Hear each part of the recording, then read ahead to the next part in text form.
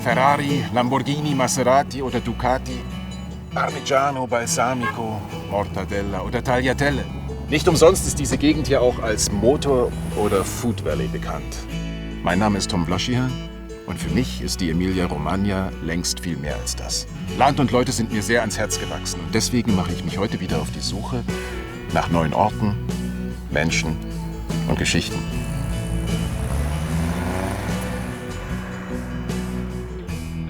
Meine Reise beginnt in Bologna, der Hauptstadt der Emilia-Romagna. Sehenswürdigkeiten gibt's hier wie Sand in Rimini. Wo soll man da nur anfangen? Gut, dass es Leute gibt wie den Amerikaner Kevin Robb. Er ist Reisejournalist und ich treffe ihn auf der Piazza Maggiore in der Altstadt. Kevin hat bereits die halbe Welt bereist. In Bologna aber fühlt er sich besonders wohl. The people are really great in Bologna.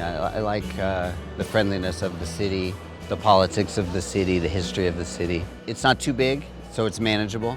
It's not as touristy as Venice or Florence or Rome. You get enough tourism, but not enough to annoy you. Everything feels authentic. What's your favorite places that you would recommend to me? You know about Cineteca? Nope. Part of what they do is restore old films. It's basically like a war hospital trauma center saving the history of cinema. Okay, das ist doch mal ein Anfang. Die Cineteca di Bologna. Hier werden nicht nur die Nachlässe von Filmemachern wie Federico Fellini oder Bernardo Bertolucci verwaltet. Die Cineteca hat ein Filmarchiv mit über 18.000 Filmen und ein eigenes Filmlabor. Bologna ist die heimliche Kinohauptstadt von Italien, sagt jedenfalls der Direktor der Cineteca, Gianluca Farinelli. I noticed that the piazzetta here is called Piazzetta Pasolini, and maybe you can talk a little bit about Bologna and the great directors and the importance they had on the city.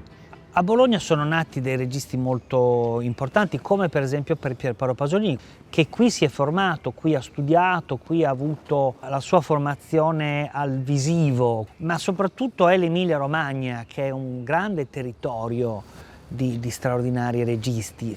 And how many films do you manage to restore each year?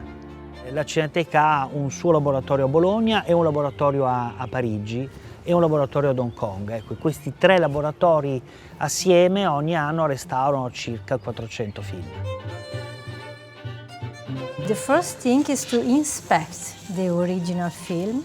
This is a first generation print, so we have to repair here in case we find physical damages and we have to clean it.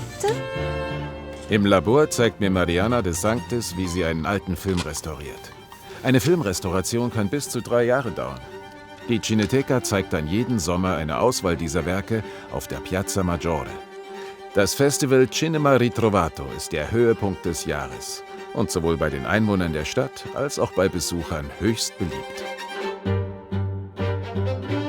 Al Cinema Ritrovato presentiamo circa 500 film ogni anno e ogni anno riscopriamo molti film che magari erano conosciuti solo da alcuni specialisti, ma non erano più conosciuti da un pubblico più largo. Can I try it? Yes, One frame? please. My contribution to the Italian film industry.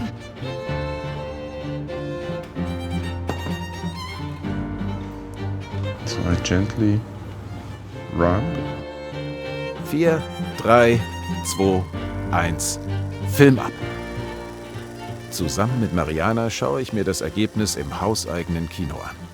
Ein alter Film mit Bildern von Bologna. Und ich muss sagen, in der Altstadt hat sich nicht so viel verändert. Den mittelalterlichen Flair hier weiß auch Kevin Robb zu schätzen.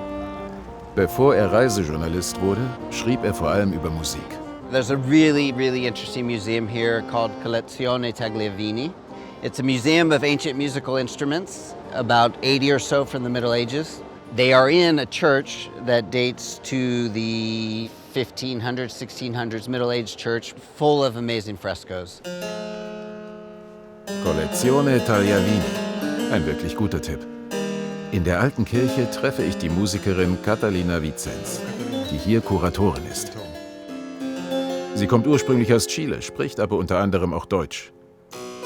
Dieses Instrument ist aus 1685. Dieselbe Geburtsdatum als Johann Sebastian Bach. Wow.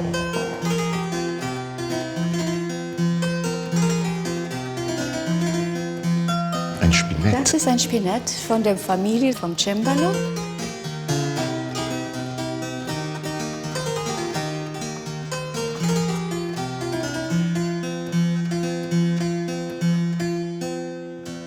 Das ist 500 Jahre alt und das klingt wie am ersten Tag. Ist das älteste Instrument, was ihr habt? Das älteste Instrument der Sammlung. Ich glaube, ich muss noch mal eins mit größeren Tasten probieren. Okay, dann können wir dieses historisches Klavier, 1810, das ist ja im Prinzip von gestern. ja, auch eine von meinen Lieblingsinstrumente. Okay. Ich schlage vor, dass wir es zu zweit spielen. Ich bin komplett aus der Übung. Du spielst einfach die weißen Tasten.